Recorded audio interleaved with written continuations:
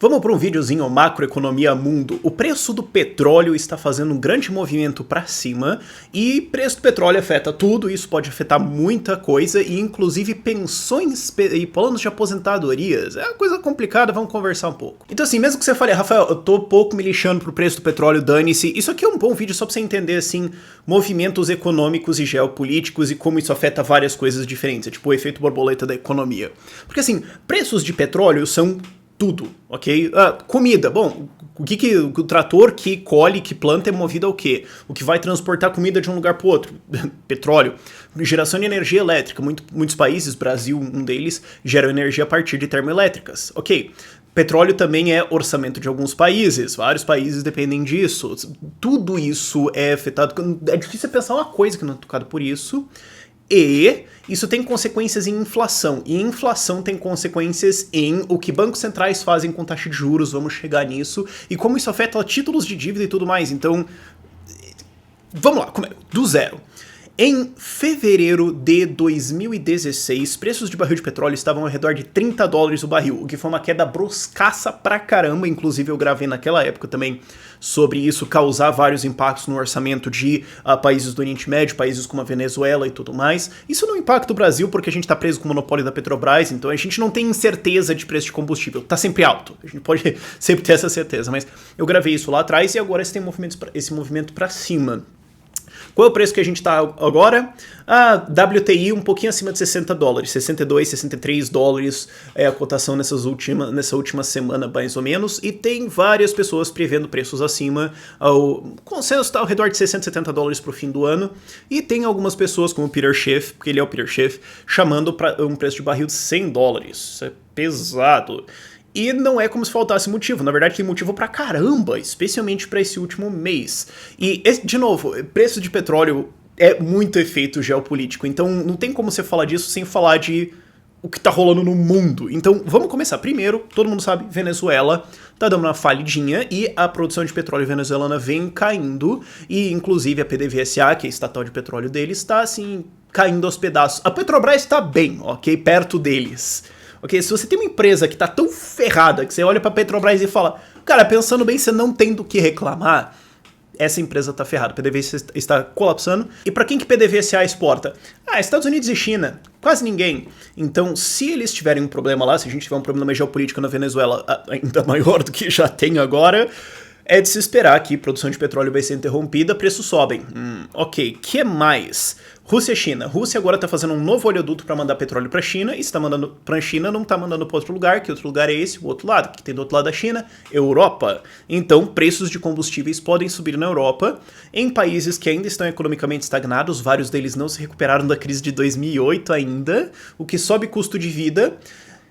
E aí você tem um problema grave rolando aí, fora que Rússia e China estão se aproximando muito mais politicamente nesses últimos anos, basicamente mesmo nos últimos meses a gente teve umas grandes notícias, especialmente eles estão tentando fazer agora venda de petróleo denominada em yuan, não em dólar, isso é importante, usando o sistema financeiro chinês pulando o sistema financeiro americano, e inclusive fazendo isso ser associado com uma forma estranha pra caramba de padrão ouro, o que é um desafio ao dólar sim, então isso pode ter outras consequências também, mas de maneira geral reduz a quantidade de petróleo que está indo para Estados Unidos e Europa, vai fazer ação em preços. Outra coisa, Noruega, grande produtor de petróleo, porque você vê uma galera socialista, ele fala, não, a gente queria que o Brasil fosse como a Noruega, sabe?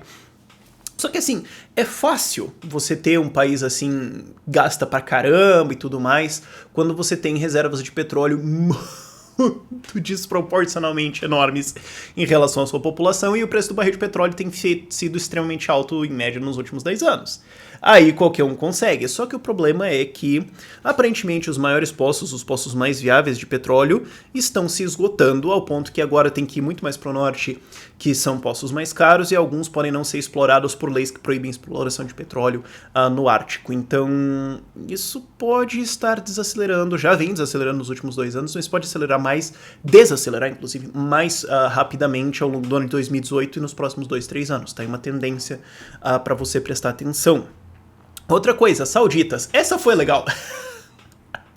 Sabe, essa quando eu falei, nossa, essa aqui é uma divertida. O que aconteceu? Bom, No ano de 2017, a Arábia Saudita postou o primeiro déficit de orçamento nos últimos, acho que 6 ou 7 anos, alguma coisa assim. Acho que desde 2009, na verdade, eles não têm déficit, alguma coisa assim. Então é mais perto de 9 anos, porque, claro, quando você é Arábia fucking Saudita, você minera petróleo a $5 o barril, você dá pra dar uma torrada. Mas esse ano não deu. Eles estão gastando demais com todos aqueles projetos.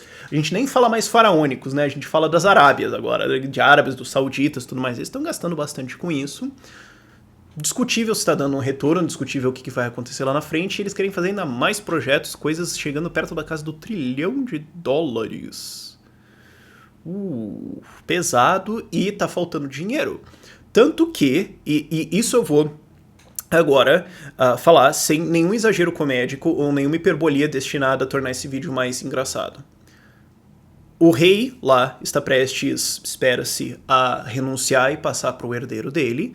E, junto com esse déficit de orçamento e incertezas políticas, esse herdeiro mandou prender parte da família e reporta-se contratou torturadores para torturar eles até a morte para depois confiscar os bens desses caras, que são bilionários. Então você confisca e joga dentro do Tesouro Saudita para ganhar dinheiro. Então, assim, a situação orçamentária do país está tão feia que a família tá contratando torturadores para torturar outras pessoas da família para roubar eles. Não tem exagero. Eu queria zoar mais em cima disso, mas é engraçado se você só contar a história. Isso tem...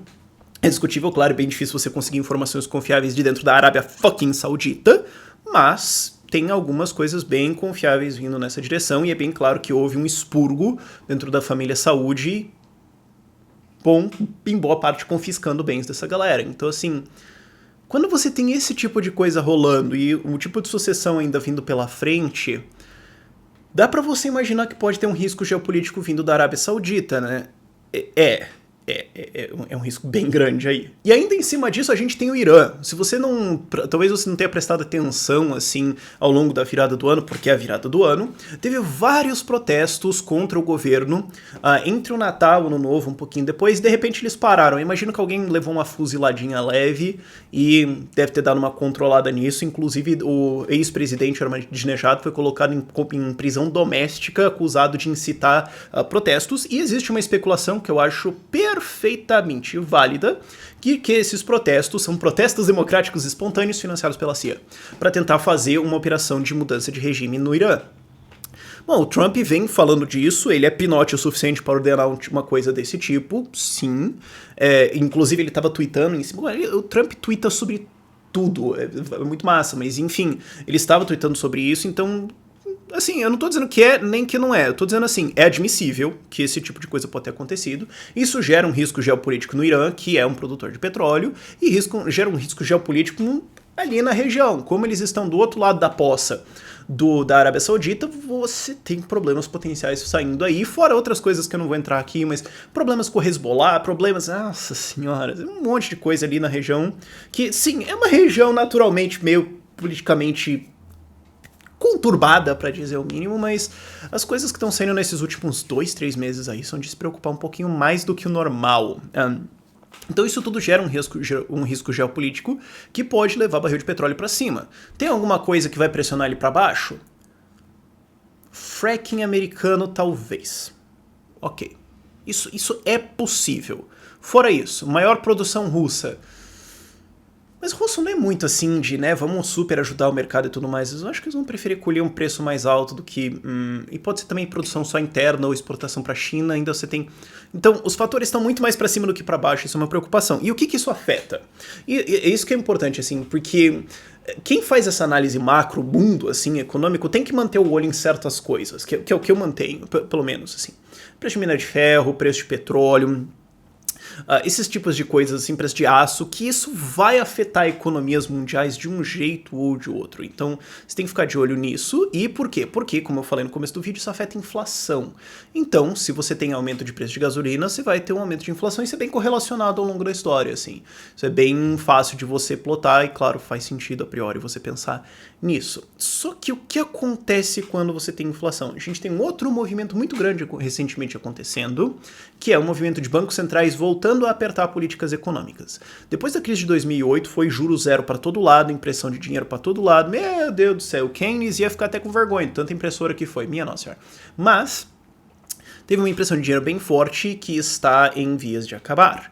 E o que essa impressão de dinheiro faz? Bom, ela tende a baixar o retorno de títulos de dívida. Só que títulos de dívida são a longo prazo e você mede eles junto com a inflação. Você tem uma expectativa de inflação, você tem uma expectativa de que, bom, títulos vão ter que render mais, porque se o título está rendendo 4% ao ano e a inflação está 2, você está R$2. Se a inflação sai de 2 para 4, você fala, bom, então agora vai ter que ir para 6 para continuar ganhando a mesma coisa, certo?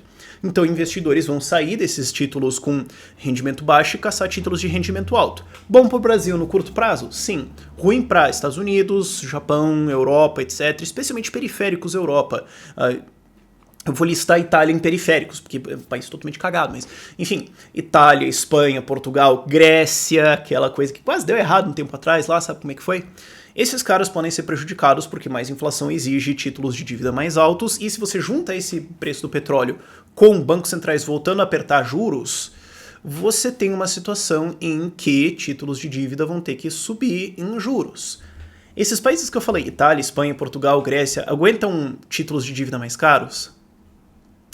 Não. Já não estão aguentando a coisa como está agora. Mas a gente também tem Estados Unidos. Você fala, mas o rendimento de títulos nos Estados Unidos está bem, eles estão bem, os Estados Unidos, eles são ferradão, legal. Ok, eles pagam mais ou menos 270 bilhões de dólares de juros por ano, e um juro efetivo de 2%. Mas quando você tira a média de quanto que eles pagam de juro em relação à dívida, é mais ou menos 2%. Se isso subir para 4%, que pode acontecer em um ano, dois... Não é, eu não diria assim que é um certo que vai acontecer, mas é possível, já aconteceu no passado. Se isso subir de 2 para 4%, você tem mais 260 bilhões de dólares no orçamento americano, que já tem um déficit de quase 700 bilhões de dólares e agora vai aumentar por causa dos cortes de imposto do Trump. Ou seja, a gente está falando de déficits orçamentários americanos na ordem de $1 trilhão ou um pouquinho mais. Isso gera vários problemas por todo mundo.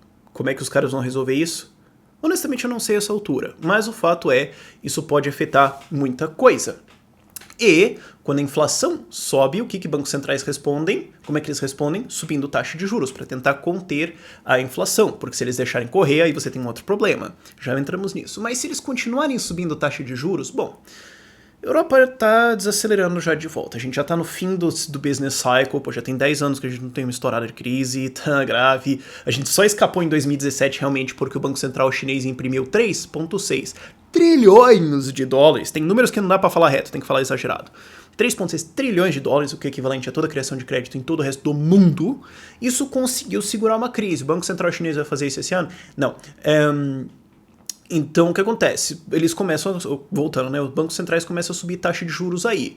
A gente já tem esse ciclo de apertada, essa desaceleração, e se eles tiverem que acelerar a taxa em que eles estão subindo os juros, isso causa uma desaceleração econômica. Lembra aquele fato que eu falei que a Europa está desacelerando já e não conseguiu se recuperar muito bem na crise de 2008 ainda? Pois é, então e agora você tem juros altos de novo, fim de quantitative easing... Você começa a ter um problema macro nas contas desses governos. Você começa a ter um problema econômico aí, em que eles vão ter que fazer uma escolha entre inflação 4%, talvez, quem sabe, ou subir juros de volta. Nenhuma das escolhas é muito boa para eles. E em cima disso, você tem ainda outro problema, porque tem, claro, vários problemas disso, né? Quando a gente fala de oscilação de preço de petróleo, caga tudo, não tem jeito. Mas, curioso, a galera esquece. Aposentadorias, especialmente americanas, canadenses, europeias, discutível, não entendo tanto desse ramo honestamente, mas especialmente europeias, especialmente canadenses e americanas, mas de maneira geral, fundos de aposentadorias investem muito em títulos de dívida, seja corporativo ou governamental, para os efeitos desse argumento não faz a menor diferença. Às vezes costumam comprar títulos de dívida. E... por causa dessa intervenção gigantesca de bancos centrais ao longo dos últimos 10 anos, juros desses títulos foram para o chão. Inclusive o Banco Central Europeu conseguiu jogar esses juros para negativos. Muito bom. Parabéns aos envolvidos. Só que você tem já, digamos, um juro de 1 ou 2%. Isso está sendo praticado agora. Você tem juros alemães negativos. Você tem vários juros na Europa que estão negativos. Você tem juros americanos em 2, 3% agora. Voltou, o 10-year voltou a ser 3%. Então, juros baixos. E Esses planos de pensão, de maneira geral, eles guardam um pouco de dinheiro, tem um dinheiro que o cara que vai se aposentar paga, eles pegam esse dinheiro e investem, e eles contam que parte da renda desse fundo vai ser o faturamento desses investimentos, que é alguma coisa, muito de maneira geral, colocada entre 5% e 9%. A maioria está entre 6% e 7%, mas vou colocar 5% e 9% para ser bem amplo. Só que se você voltar e falar, você vai voltar e pensar, você vai falar, mas Rafael, os títulos estão rendendo assim 2, 1, 4... isso é rendimento nominal, com uma inflação agora que estava assim entre 0% e 1%. Se ela for para 1 a 3% ou 1 a 4%, digamos, ela vai 4%. Bom, então ela zera os ganhos de vários dos títulos de dívidas comprados por esses fundos de aposentadoria nos últimos 5, 10 anos. Então significa que esses fundos de aposentadoria, nesses investimentos, que terem a compor grande parte da carteira deles, uns 50%, 70%, às vezes 100%, vão render assim nada. Isso é um problema, porque as contas deles presumem que eles vão render entre, como eu falei, 5% e 9%. Então você tem um problema grave. Fora que isso desvaloriza esses títulos, então mesmo se você tentar vender eles, o principal que você consegue de volta não vai ser muito bom, o que gera um problema de pensões nos Estados Unidos, Canadá, não conseguindo honrar os seus pagamentos, ou seja, é velhinho aposentado que não vai receber. O que é um problema. Isso já está acontecendo nos Estados Unidos em 2017, você tem pensões bem pouco financiadas lá, teve alguns fundos de pensões explodindo, inclusive, e esse problema pode se agravar. Isso sem falar de problemas dessa inflação e desse aumento de títulos afetando estados ou municípios ou empresas e tudo mais. Mas isso é só para você ter uma noção. Preços de petróleo, isso é uma coisa que você tem que prestar muita atenção. Isso pega na inflação e pega rápido. E se pegar e continuar por aí 1 ano, 2, você tem um problema muito grave nas suas mãos. Isso aqui pode ser só um sinal falso. Pode ser, ok, se você pega o gráfico do preço de petróleo em 2015, você pega o começo do ano, você ia falar, não, pera, voltou a cair. Pode acontecer, sim. Esse vídeo não é só um alarme, é o apocalipse econômico. Não, não é isso, calma, respira. Mas só pra você entender que isso pode estar acontecendo, isso é um sinal pesado, e o quanto essas coisas afetam, o quanto a economia está interligada. Eu acho que uma divagação dessas, assim, por, sei lá, ter dado 20 minutos, pode ser educativo para muitas pessoas também, para você começar a entender como isso tudo funciona. Mas, enfim, vários links para você ler sobre isso na descrição, mas por este vídeo é isso. Tchau, tchau.